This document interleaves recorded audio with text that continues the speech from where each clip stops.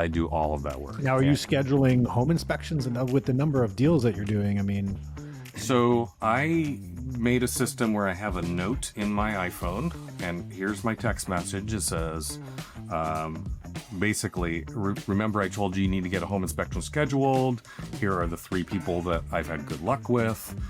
Go ahead and do that because I'm liable for it if I were to set it up. So you need to do that. And then you just let me know when it's scheduled and I'll coordinate everything else. And so I copy and paste that into a text message. Out it goes right after they get an accepted offer. So I don't have to redo that every time.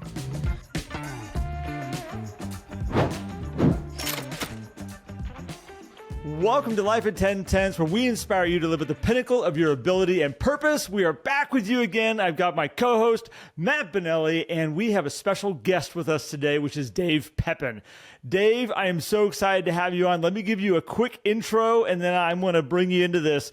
Dave Pepin is from Sioux City, Iowa. He is with United Real Estate Solutions.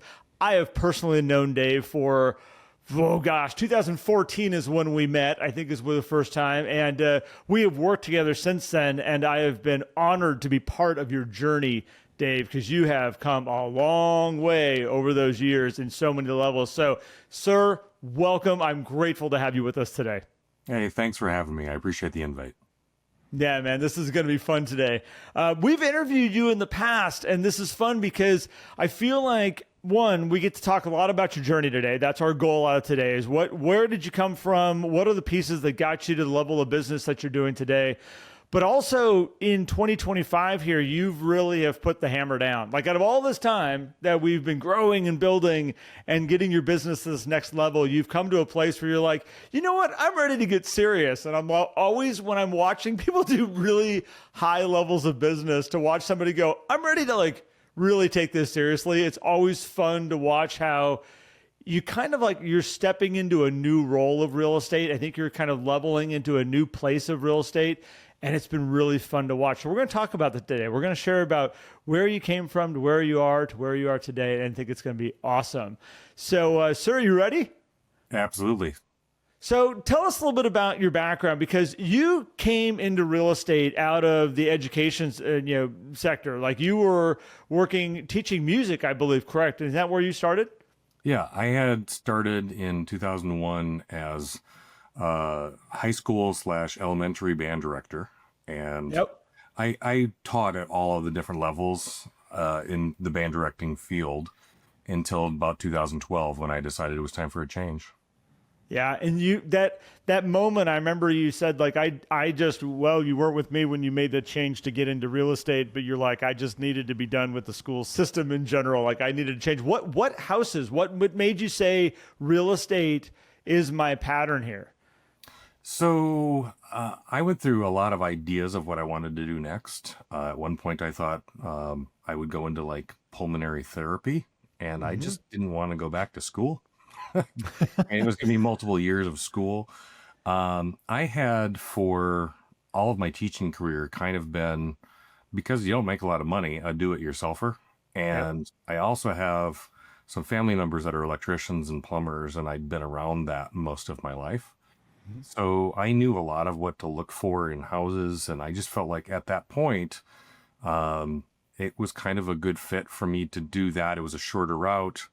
And I remember having the conversation with Stacy about, I'll give this a shot for a couple of years. If I can't make what I'm making teaching, I'm going to try something else. And yeah, that lasted all of 18 months, and I had done that. So yeah, it was great. Well, I was going to say, because when I first met you, I was looking back through my notes, and here we are, 2014. You just finished your 2013 year, and your notes were you had done 32 sides. Mm-hmm. Your average selling price was like 109,000. Sioux City, it doesn't afford you, at least especially back then. We weren't working high sale prices back then. No. And you'd done, give or take about $4 million in volume. So you definitely had surpassed what you were doing as a band director. Yeah.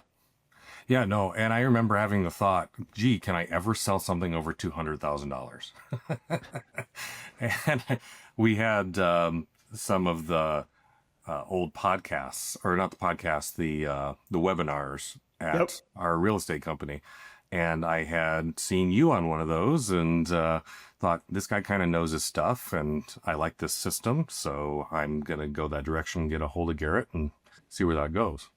Well, and so I remember back then, most of your business was, and Matt, I'll let you jump in here. Most of your business was open houses. And I want to also showcase as we kind of start down this journey with you and share this story, you've taken from a business of primarily open houses, and you had a pretty good database back then. You had a pretty good sphere of about 50 people, but you've transformed this also into pretty much a referral relationship business, working with people that you know and like and trust, right?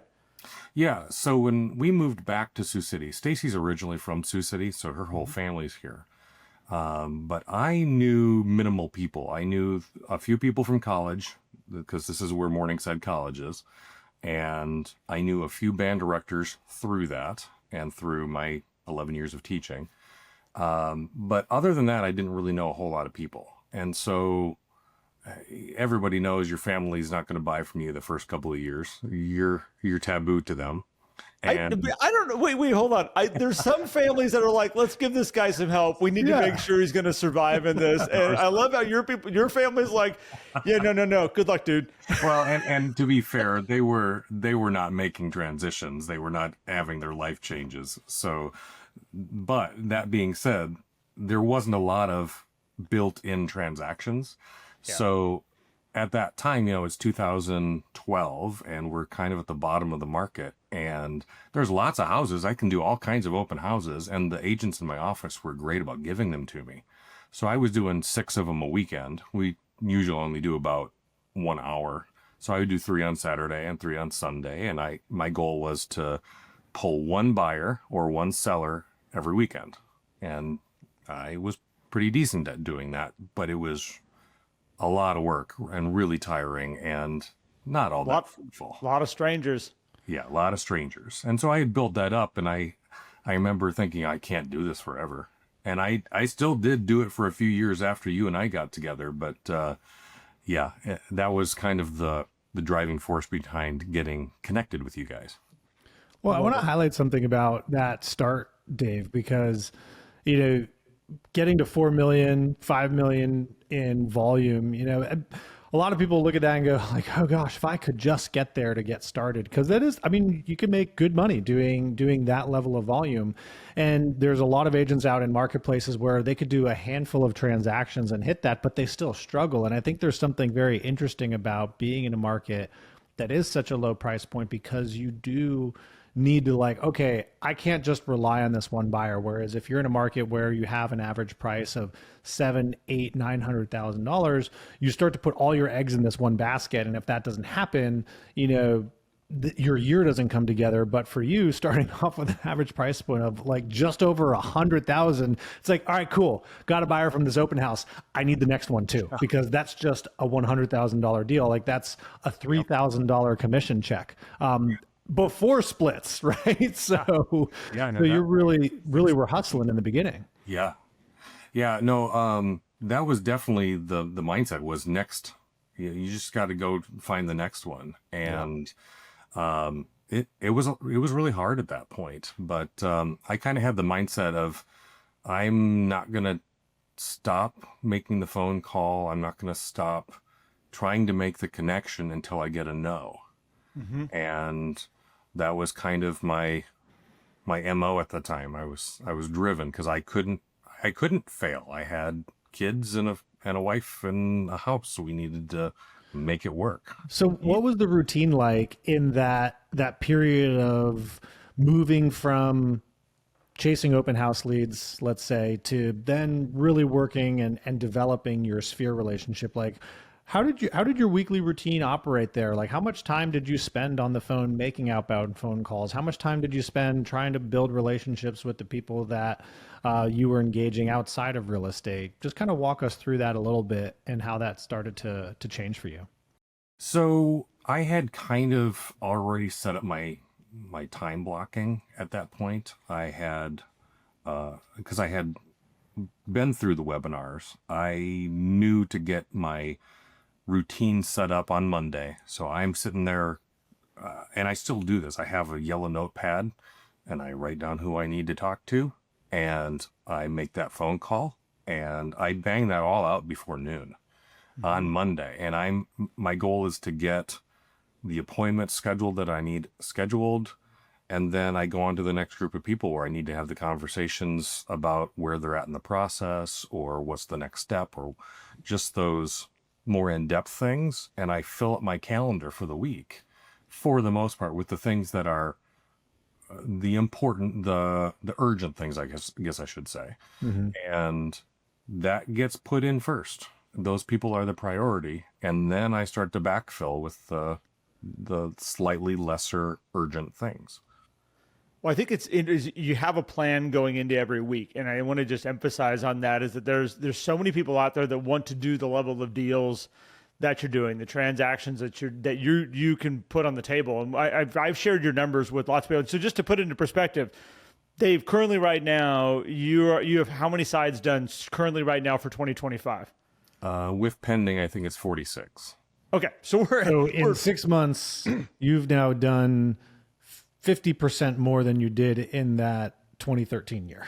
Yeah, exactly. You've done 95 sides in 1 year. We've seen you do that. And so you look at creating a business like this, and the only way to do that many sides is to have a very organized pattern about how you run your days. And I find when people look at somebody doing the amount of business you're doing, they go, how is it? Why is it? I don't get, like, how can I get to those levels?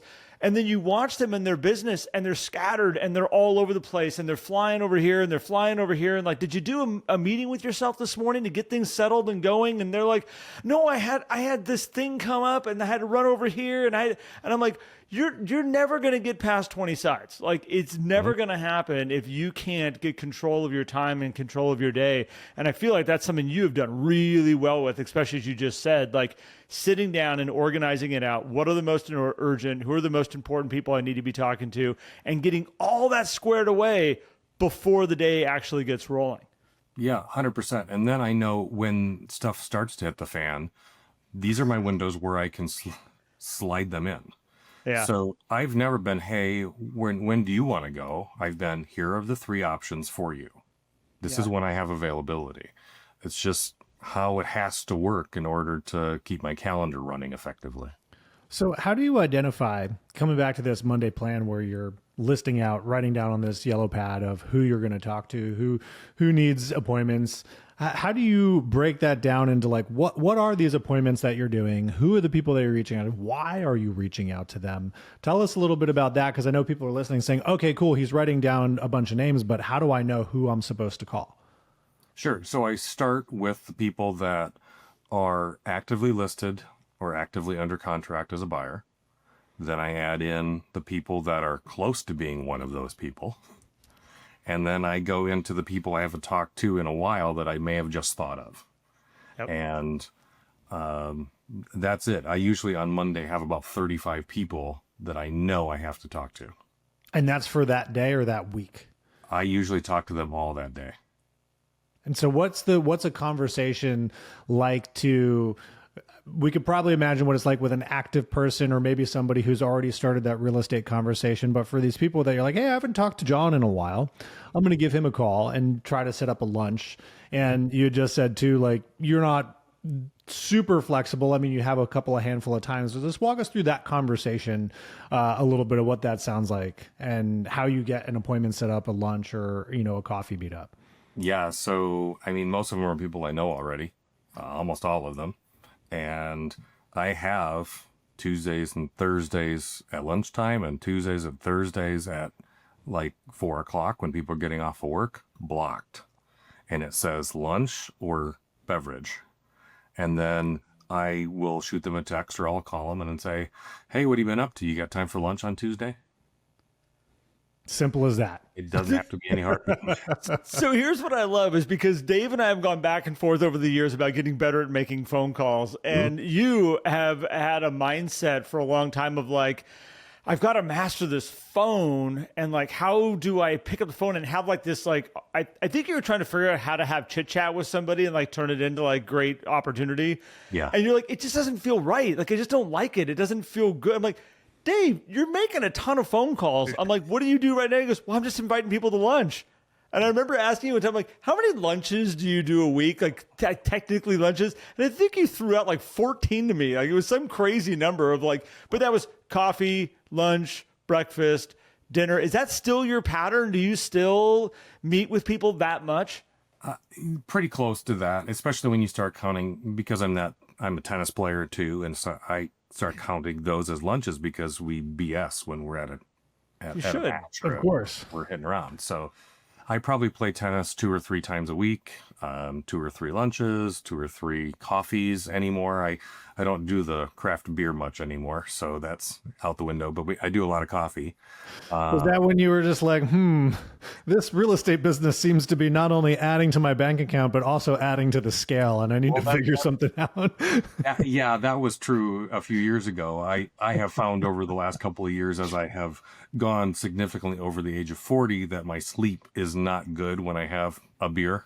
So that's affected. And so I've leaned more towards the coffee or finding other things. A couple times I've gone hiking, a couple times I've gone fishing, different opportunities with different people and what they like to do, playing basketball occasionally. So, whatever that I enjoy and they enjoy to keep the connection going. I do though remember having a conversation with you where you're like, I'm cutting out the beers and the and you're like, I'm going to actually change from doing so many lunches because I'm actually putting on some weight. I'm like, you can have a salad and iced tea. Like you don't have to have the burger and beer. Dude's like, I got an image to uphold with my database. If I start ordering salads at lunch, I don't think they're going to do business with me. For sure. Yeah, really. We can't. That would throw them off. That's too much of a pattern shift. My goodness. All right. But you get a lot of your business through these interactions. Like this is where, so I think like Matt, as you asked the question of like, where like, how do you kind of know who you're talking to and who to be putting into your calendar and into your days? Like this is where a lot of your business comes from, is these interactions and having the phone call to get together for one of these interactions, right? Yeah. And I think I'm pretty good about after the sale, I stay in touch with them, as long as they're reciprocating. Because I don't want to chase them, but a lot of people shortly after, we've given the closing gift, and a week after closing, I call and see how it's going, and 2 weeks later, I ask if they've talked to any of their neighbors, and then maybe a month later, I ask them out for dinner or a coffee or whatever, and we hang out, and if it still feels comfortable, then maybe they come out to my house in the fall and watch a football game. So let me ask you this, because I find a lot of people, one, neglect doing the follow-up. So anybody who's listening right now, take that. Like Dave has a follow-up plan after closing. Second is I think like every realtor I've ever seen that is implementing that kind of after closing practice, in their mind, they think, well, everybody should be enjoying this. Everybody should be, they should be so thrilled that I'm doing this. And you said the word, as long as they're reciprocating, like as long as it is being well received. Tell me a little bit about that, because that is a dance that we play with people, that a lot of people go into chasing mode and going, no, this person's got to love me. I'm going to make them love me. And there's got to be two sides to this. And believe me, I felt that way. And I have taken it personally, but ultimately you hit it off really well with some people and you're lukewarm with others. And the ones that are lukewarm or cold, I just want to move on to a certain degree, because it just makes it awkward. And then you're going to push them away. Yeah. I'd rather find out 5 years later when they call me back that, we were received well, but maybe they didn't want to be buddies, than the other way around. Will you be my friend? Yeah. And I definitely have built some really great friendships out of this business. But, and a lot of them, I have a good core of people that will come out and will watch a football game on the weekend or whatever. But, that's a very small portion when you look at my overall database. Well, let's talk about that, because your database is over 300 people, from a database perspective, but you have this core of 50 or less, right? Mm-hmm. So with the people who don't become friends, or, I think one people that thing that a lot of people don't acknowledge is it's totally okay to just have a business relationship with your clients. Like, and beyond closing, they're like, hey, thank you so much for your help, but I don't need to be your best friend and have you all up in my house all the time. So how do you still stay in communication with those people, adding value? What does your marketing systems look like? Because I'm assuming even though your follow-up post-closing may not be as detailed in terms of personal communication, you have other things that are happening so that you're still providing value and showing up as their advisor, correct? Absolutely. Of course, they're on my postcard plan, and that used to be 2 times a month. Now I've upped that to once a week. I'm So finding What- more what and I more highlight people. that. Once a week postcards. A lot of people are like, gosh, 2 things a month. That seems like a lot. You're sending 4 to 5 pieces a month if you're going out weekly, which is kudos to you for doing that. I've had more and more people in the last about year here that have accidentally done 1 a week. And all of a sudden people are like, oh my gosh, I didn't realize I had so much mailing going on. I just had the closings, I had the sales, I had the stuff, and they just were going.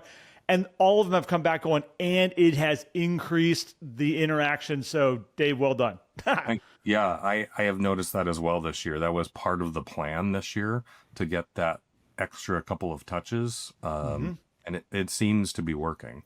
And we're doing, just sold, just listed. We've got a lot of data stuff. I'm more of a data person than a fluff piece kind of person. So I would say 80 to 90% of it is data of some sort, or just solds, proving you're the expert in the market. But I did just send one for the 4th of July with where all of the fireworks were going to be held, and other events. So there's a few. See, in South Carolina, we send postcards that say where you can go buy your fireworks, not where It's legal here. which is pretty much every corner that you could get to. But Yeah. We're exactly the opposite in California, where you cannot get arrested for fireworks. That's really what we're at here. Yeah. so what else do you do in addition to that?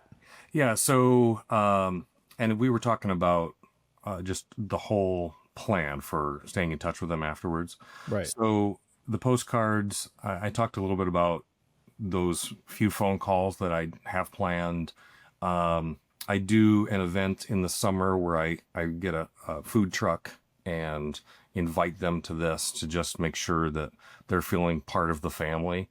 We do like a paper airplane distance challenge, and the men get oddly competitive in that. It's wonderful. I give away like a pair of AirPods or something significant, but not that huge, and they just love it. We've got some big Jenga that we play out there, and the conversations. But then in terms of adding value, of course, I do the real estate reviews with them, and in my database, I put them in what month that they purchased, and then I try to go back to them in that month as close as I can every year. So unless they've moved away, or for some reason we're not in touch for a good reason anymore, they are in that list. And so I think this year I'll get through like 450 or 500 of those as well. And are those in person, or do you mail them? How does that work? Both. So mostly, basically what I'll do is I'll send a text message and say, hey, it's time for your annual market impact report, and ask them if they've got time in the next couple of weeks to grab a cup of coffee or 20 minutes to hang out, whatever I think is a better connection for that person. When they respond, if they respond, then I schedule it for sometime in the next couple of weeks, or if it has to be longer, we'll do that too. I don't make it important to do this week, because so often they don't have time that week. Yeah. And then the ones that don't respond, I'll try a phone call one time, and if they don't respond, out in the mail it goes on Friday. So percentage wise, how many would you actually say you get face to face? Out of the 500, probably about 100. Okay, that's a lot. Well, again, it's funny. The Even if you have a 100 that you're smaller getting. database, 20% is great. Well, so let's go back to your numbers of your database, just so we have those numbers clear right now. What are you? Because we have your sphere of influence, we have the people that you know, and you probably have a little bit more of a bigger database, but you might have cleared those people out by now, I think, is what you've done. What do your numbers look like for your core database size right now? Yeah, I still hover right around 50. I just can't be as close with many more than that. It just doesn't work out for me mentally. Because I know these people on a really deep level. I know their kids. I know their what they like to do on the weekends. I know a lot about them, and I try to be in touch with them. Some of them as often as every other week. Some of them are once a month, and then you get kind of in that next group, and they're a little further away. But I don't let them get too far unless they're in that outer ring. There's definitely a correlation between the frequency of interaction with people. So I think it's interesting. So anybody who's listening, you hear about, like, we got one postcard a week pretty much going out into these people's worlds. You've got a core group of about 50 people. Really about 2 weeks is about as far as they're getting away from having a conversation with you. But at the same time, you've got 400 to 500 real estate reviews that are going out, which 100 of those people you're seeing face to face in the next 365 days. Like, your touches are incredible with your database and your people. And then you wonder why when you look at it from the outside and you go, how is Dave, on track for, 80, 90 sides? Well, really? Like, is it that hard to figure out? Like, And it's funny because I'll get the comment in the office about, you're never here. What are you doing? And Yeah. I'm like, I don't want to be here. Everything that matters is out there.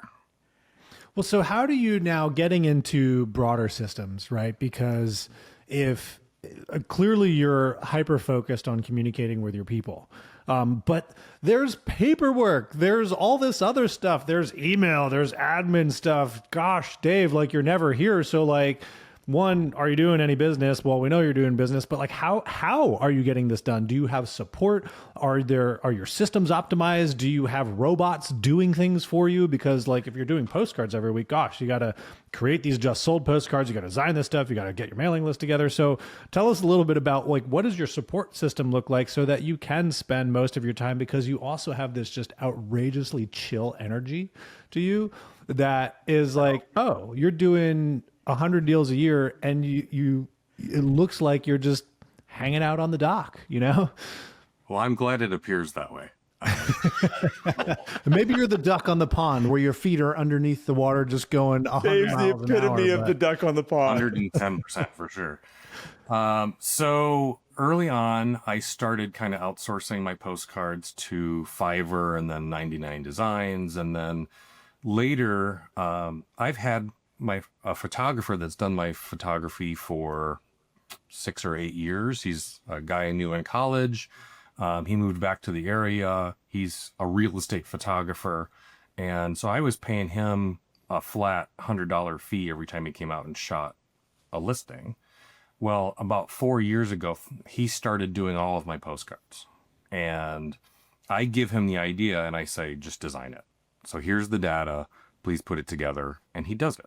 And then he puts it in a shared folder on iCloud, and I put it into Wise Pelican, and out it goes. Takes me 5 minutes. Of course, I'm keeping my database updated, so I have to upload that too. That changes a couple of times a month, a lot. In terms of the paperwork and whatnot, I typically on a Thursday, I have an hour blocked off for that. So I will bang out any corrections that I need to do.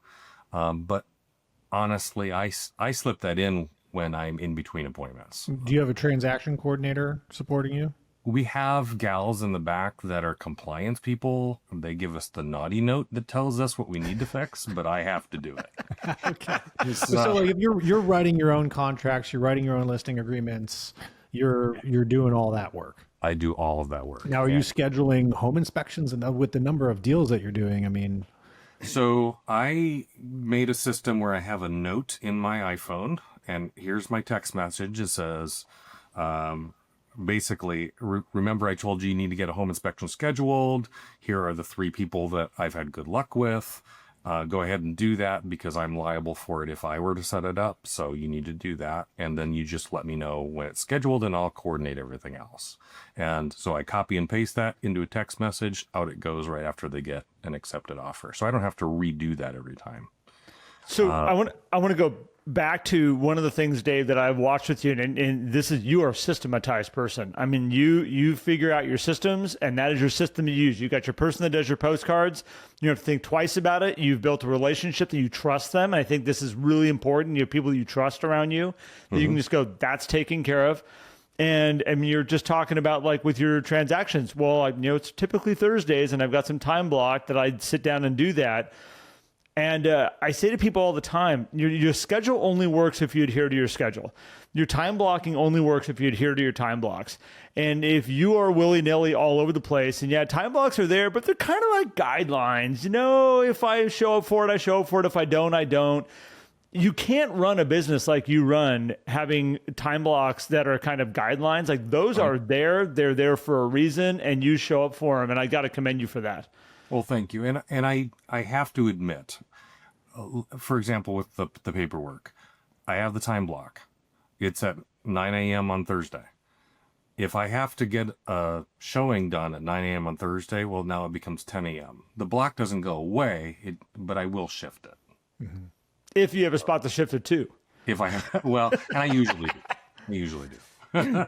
So let's add in another element of this, because not only are you running this amazing business and you've obviously got a pretty good system that allows you to do a lot of business, but you have other important people in your life. You've got two girls, one that's heading off to college here, that have been very much a full focus for you, especially this last year. I remember going into 2024 and you said, you know what, I can see the writing on the wall. I've got 1 year left with, my oldest daughter pretty much at home. And you're like, I'm committed to giving her time, to showing up in her world, to spending, doing the things. And you also had your best year ever last year. And you're on track for your best year ever right now with committing to this family. So let's talk about your family, because they're important to you. How do you balance this time, and what do you set aside to make sure that you can be there for them? So I'm kind of the odd duck in that I don't like to do a lot of things in the evenings, and I block off most of, if not the entire day of Saturday every week. So anything I can do. So I mentioned earlier about I'll give 3 options to people for a showing or a listing appointment. I rarely give them anything after 6 o'clock. Mm-hmm. I just won't do it. And if they don't have any other time, my first suggestion is Sunday, because that's just been my work day, has been Sunday afternoon or late morning after church. If they can't fit any of that in, then my last resort is after 6. But after 6 is when my kids are home, my wife is home, and on Saturday is when we can go do some fun stuff. Mm-hmm. So on the odd occasion that I need to do something on a Saturday, it's before 10 a.m. I don't give them another option. I have an appointment after 10 a.m. And people show up, right? Yeah, I had this conversation with my photographer yesterday. I said, you have to add, I have an appointment into your vocabulary, because people will not question it. And so I just tell them I have an appointment on Saturday. And so those are my times when I give them. It's such a simple verbiage, and so many people just are afraid to say it. And it's like the appointments with your family, the appointments with the people, you don't need to say the rest of it. You just say, I have an appointment. Yeah, good and I got that from you, so thank you very much. So I got to give credit where credit is due. Oh, my goodness. Well, all right. So anything else you want to share about how you balance time with your family and how you make sure that, because, again, you've done a great job. Let's expand on this a little bit when it comes to travel, because I remember way back when your whole goal when you came to me was like, at some point I want to take my family, I want to travel. And I remember the whole goal was to get their feet into the sand on the beach. That was the number one goal. And I remember the day that you accomplished that, and you're like, oh my gosh, it's been done. And you just got back from Iceland. So you are traveling now. You travel a fair amount every year, running a business at the level that you're doing. How do you balance that so that you can go and explore these areas and see these areas? Because that takes you out of the game when you're in Iceland for, what, week and a half you're there for? Yeah, I think it was 12 days, including flight and stuff. So it Yeah, it was a significant time investment to do that. And I can lose a transaction here or there. It has happened in the past. And, the main thing is I'm really stubborn about doing it. I'm going to do it. And if I lose a transaction or two, then so be it. Luckily, I have enough other ones backfilling it, usually. I've been really blessed. I've always had somebody covering me while I was away in my office. And I've had some really bad ones where I ended up pretty much having to do all the work while I was away. And I just said, okay, it is what it is. But the last couple of years, there's a gal in my office who is newer. She's been doing the job for about 5 years. And right from the get-go, I didn't even have to ask. I told her how I do my system with my phone calls with my customers on Monday and keeping everybody up to date.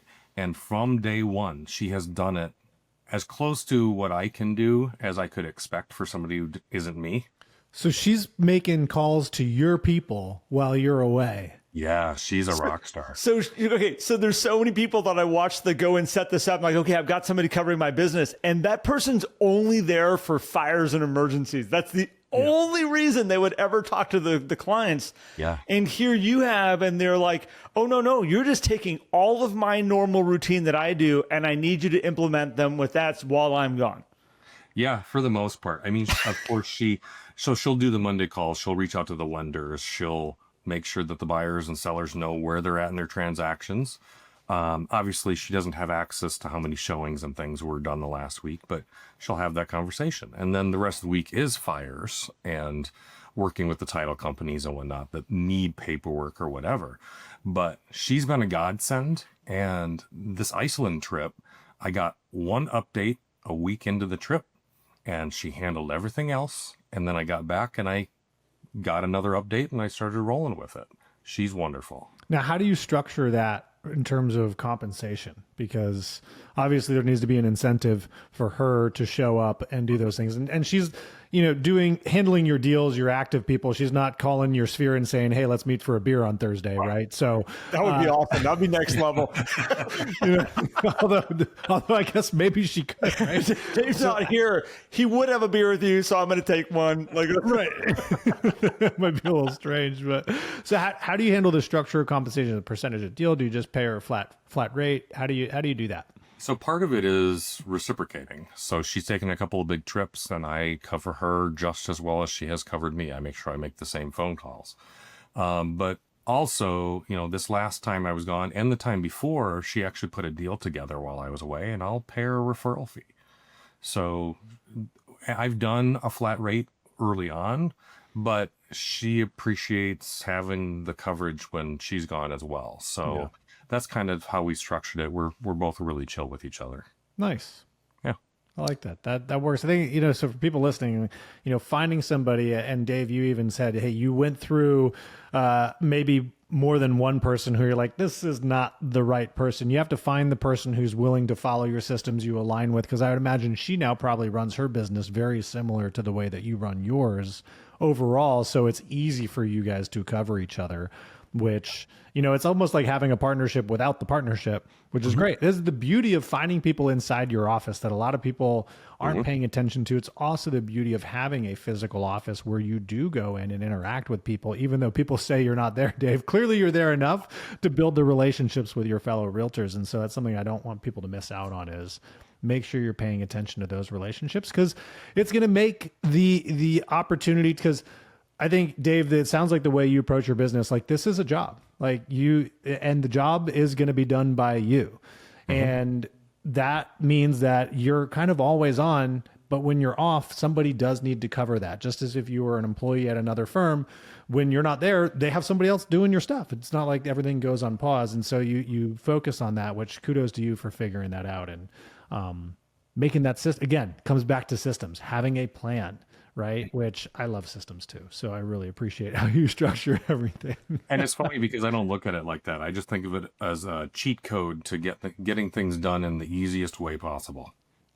It's a great point. It's a good way to look at it. Like systems are that cheat code, which is really great. So I want to circle back to where we started as we pull all this together too, Dave. And so obviously your business right now is running at a really high level. You have great things going on. And actually, before I get into that, what is approximately your rate of referral? Because obviously you have a big database, so there's probably enough business in there with people moving where you're getting a lot of direct business from people you've done repeat business. You've been in the game now for over 13 years. But what do the referrals look like coming out of that database based on how you're communicating with them? I wish they were higher. I think I probably get about 15 to maybe 20 or 25 referrals every year, and that's probably a lot. To me, it doesn't seem like it because I'm looking for the next one all the time. But I also get, if I count the referrals with my repeat clients, it's like 96 or 97% is repeat or referral. Yeah. Well, and since you've been in long enough, I mean, I think a lot of people don't realize that longevity is a big deal in real estate, because those repeat clients, they start to circle through and then all of a sudden the cycle just happens, right? Yeah. But 25% being referral is really strong. It's actually higher than that, slightly higher than that, it sounds like. So coming back to that transition from I'm chasing open house leads to building a database that produces 25% referral, 96% total repeat and referral, and then the other 4% probably being direct people that you know that just haven't done business with you yet. So no longer chasing those open house leads. How did you build those relationships? What was it like going from, I don't know you, I'm trying to sell you a house, to I'm going to just build relationships and hopefully get some business out of that? So I have always told people, well, I've done a consultation since year one. And I sit down with them and I have the conversation. I'm not selling you anything. I'm helping you find what you're looking for in the most efficient manner possible. And I'm here to make everything as smooth as I can, but there are going to be hiccups in the road and I'm going to help you navigate those. So one of the things I'm really good at is going through. So with buyers, I'll go through the house and I'm pointing out what I think the approximate age of the systems is and damage for them. And they learn to trust me really, really quickly, because when we pull up to the first house, often I'll say, hey, when we go through this house, I'm going to point out the things that are going to be something you need to look at, or maybe even a problem. I'm not going to be warm and fluffy at this house unless there's something just completely amazing about it. And I might even tell you this is a piece of shit and we need maybe to leave. By the way, Dave is my realtor in Sioux City. I have bought properties with Dave and we have walked into properties and you have said those exact words. I remember standing by a boiler in a basement with you going, run from this. Do not do this house. Yeah, so I get a lot of that trust really quickly because they know I'm not going to get them into something that's going to be a problem for them, at least not intentionally. Every once in a while you find something late, right? So with sellers, kind of the same thing. I'm going to walk around and I give them, and I think the good realtors all do this. Here's what you should do in order to make minor repairs, in order to improve your resale, and we can price this with that done or without it done. And I give them options on what kind of marketing they want to do. It's a couple of years ago, I came up with my menu of services, and I can't tell you how that has changed my listing appointments. I no longer have to negotiate with my clients on my rate, because they see what they're getting each time. And I intentionally did a lower rate and a higher rate. I know we're not supposed to talk about that. So that if they wanted something off the higher menu, but they didn't want to pay that higher rate, I could just negotiate in the middle and they would feel good about it. And that has worked really, really well with those people. But creating those relationships and just laying it out in front of them and saying, this is my service, and they just kind of Here's what I think is important is that we're tiptoeing around this whole thing of fees and rates and whatnot. But the reality is that there is no standard fee or rates out there, but you can have your fee that you charge for your services and the business that you offer. And Dave, that's one thing I think you are very clear on, is what it costs to hire you for the services that you provide. And if somebody doesn't want to pay it, it's okay. but this is my service that I provide. And I think you've mapped it out, and it's very clear where the amount of value that you bring to the table makes more people say, we're in, let's do this, more so than saying, I don't know if you're worth it. Yeah, I think that's true. And in fact, I had a call from a guy last week who called me up and says, hey, we're getting to the end of the listing and I want to move on. I think I want to use you. I got referred to you from a lender in town. I said, great. And I said, please let me read through your listing to see if there's any issues. I'll take a look at the photos. And I came back and they still had winter photos at almost the end of June. Their description was maybe 3 sentences. The previous listing was glowing. And to make matters worse, they had taken the house off of the market temporarily in order to reset the days and didn't put it on the market again for a month. She forgot. So he's asking, why am I not getting showings? I said, because you don't have it on the market. Oh my gosh. And he goes, oh my God, I'm so glad I called you. Well, yeah, it took me 5 minutes to do that. And now I have him trusting me for the entirety of the listing. So I went out there. I didn't even have to have any real negotiations with him. He's take my money is basically what he said. I love it. When people see the value, they want to pay. They want what you have. But that's I think the hardest point. And this goes back to what we went through here last year. I asked so many real estate agents, what am I paying for when I hire you? And they would stumble all over their words and they would go, I'm like, you don't even know what you do. Like, you don't know the value that you offer. Like, you got to go figure that out if you're going to have any shot at being able to back up the fee that you're charging for service. So Dave, you've done a great job with that.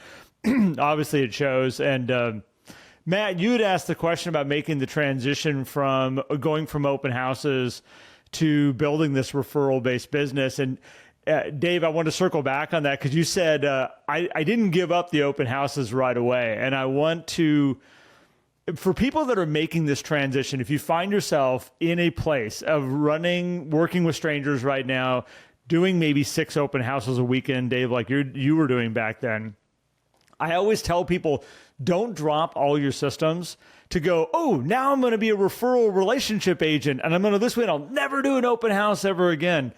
You need to find that transition period in there to ease off what's been working and what's been making you money. And I want to compliment you on that because I have watched people pull the plug too fast on this one over here and plug in over here. And this one's not making any money yet. Mm. And all of a sudden they get so frustrated going, I don't think I can build a referral-based business. I don't see how this works. I'm going to go back to doing open houses, and they drop all this. And that transition period that you did, I know it was a lot of work. We put in a lot of time. It didn't just flick on, but it's what's got you to where you are today is that you made that slow transition. I just want everybody to think about that. They're listening to this story of what you've done. Like, when you have systems that are working, but you want to go to a referral base, don't just pull the plug on it. Well, I want to highlight too that Dave, what you said you did in the background is like, instead of looking for just transactions out of these open houses, you were looking for advisorship, long-term relationships. How can I add value to these people? And so the communication didn't end when they're like, I'm not buying a house, right? Like you said, I start everything with these consultations where there's all these things laid out. We understand what's going on. And I would imagine some of those people don't turn into deals, but they turn into relationships. And I think something that a lot of people don't recognize when they're building a business, particularly early on in those first 5 years, is that quality of interaction is important, but your volume of interaction is also important. And if you're not communicating with enough people, like, hey, I'm going to build these relationships and still do these open houses so that I can have more inbound into this. And yes, there's going to, in the early stages, I'm sure there was a lot more of people who were skimming off the top of the database, and now it's a bit more firm, but you're also, over 13 years in. It's very different when you have 13 years of relationships versus 2 or 3 years worth of professional relationships. So kudos to you, man, for doing that. I want to make sure we cover one more thing here. I know we are running out of time. We only get so much time with Dave. Dave, you had your best year ever last year. You did $20 million in volume. You crushed it for all the time that I've watched you build a business and what you've done in Sioux City. That is a tremendous accomplishment. You're at 400,000 under contract as of right now for 2025. You came to me at the beginning of 2025 and you said, I am ready to get serious about this business. I am ready to show up. And I was like, really, dude? But at the same point, like, you're like, I want to get my mindset under control. I want to get my systems really dialed in. You've been leaning into video. I want to wrap this interview up with you of like, what made you say, I'm ready to even step it up bigger than what I've been doing, more professional than what I've been doing, more quality of what I'm offering my people? Why? What happened for you? Honestly, I don't know if I could really put any one thing out there. It's just time. As the reason. It was time. I had, for years, you and I had talked about, I just kind of wanted to maintain that around, originally it was 350. Now it's around $500,000 in GCI. And it was comfortable. It is comfortable. And I have a senior that's taken off. I've got to make sure that she's taken care of. I want certain things for our family as far as travel and staying connected and the ability to retire someday, and preferably earlier rather than later, or at least the comfort of knowing that I could. Yeah. And I kind of just wanted to challenge myself to see if I could do it. And so I came to you just wanting that extra challenge, because I can get really in my own head over things, not having talked to this person, or maybe I missed out on this. And I wanted to correct those things and become a more complete human being, as well as being better at my job and allowing our family to do those things. So it was kind of a big round goal. Well, you came to me and you said, do you think we could coach after 10 years? What if we added in an extra coaching call? Like, what if we coached them? I'm like, really? We're here after 10 years? All right, let's do it, man. We've been doing once a month for 10 years and upped it to every 2 weeks. And I tell you what, I have loved it because, and I've said this to you, I've said it to my wife, I've said it to other people. When I come to my coaching call, that is the great reset for my week or month or whatever it may be. And I feel so much better, more centered, and ready to rock and roll and get back on the path if I have deviated, or it gives me more ideas and it just gives me more energy. I love coming to my coaching call. We laugh a lot. We have a good time. We do. Yeah. I love it. I love it. Well, Dave, I know you got to run here, man. And I want to say thank you so much for being a part of our world. And not only showing up to these awesome conversations you have with Garrett, but this podcast and also our group calls too, because you show up to all the things that we do at Life at 1010s and you bring awesome energy, awesome wisdom. And there's a lot of people in that community that are like, I need to know how Dave does these things. And so I'm excited that we had the chance to have this conversation with you. And I'm sure there's going to be other things that come off the back end of this too. You might get reached out to. So in that manner, if people did want to connect with you, what would be the best way that they could connect with you? And then please leave us with, a piece of advice that you would have to real estate agents out there who want to grow their business in the current market and the current environment. Yeah. So as far as connecting with me, you can call me. My number is 712-635-5945. That's a first, by the way, on the podcast, dropping the phone number in there. So there it is. And my email is dave@davepepin.com. It's real simple. And as far as advice, I think you need to, you guys talk about time blocking a lot. I really think you have to stick to your schedule and not allow your clients to run it for you. And that'll allow you time to do all the other things that you need and want to get accomplished. Obviously, you have to have enough time in the business, but you need to make time for your mental health, and that comes from having time with those people that you love. Love it. Dave, thank you so much, man. I appreciate your time. I appreciate you being here with us. I appreciate it as long as I've been able to work with you. And and be able to see the growth and what you've been able to accomplish from, being able to come out and meet your family and then to now hearing about your kids and the journeys that they're on now. And it's an amazing ride, man. Appreciate it. And thank you for letting me be on that ride with you. Likewise, you are one of the reasons maybe the reason I am where I am. And I love you guys. So thank you so much for the invite. Yeah. Thank you, sir. Well, we love you too, Dave. And thank you so much for coming on again. Everyone, thanks so much for listening, for watching. If you want to join Dave inside our community and be a part of Life at 10 Tenths, inside the 11 circle where a lot of our group coaching happens, or have a conversation about one-on-one coaching, we'd be happy to do it. Just go to lifeat10tenths.com. You can get information there, or just grab our app. Go into your app store, grab the Life at 10 Tenths app, and you can get access to all of our podcast episodes and some more content in there too, just for free. We have like extra stuff that's in those podcast episodes, or you can just level up one small step into the inside track and get a lot of extra content for very, very minimal investment. And it's really an awesome opportunity to be in there and interact with some great people just like Dave. So guys, thanks so much for tuning in. We will catch you on the next episode. Thanks, everybody.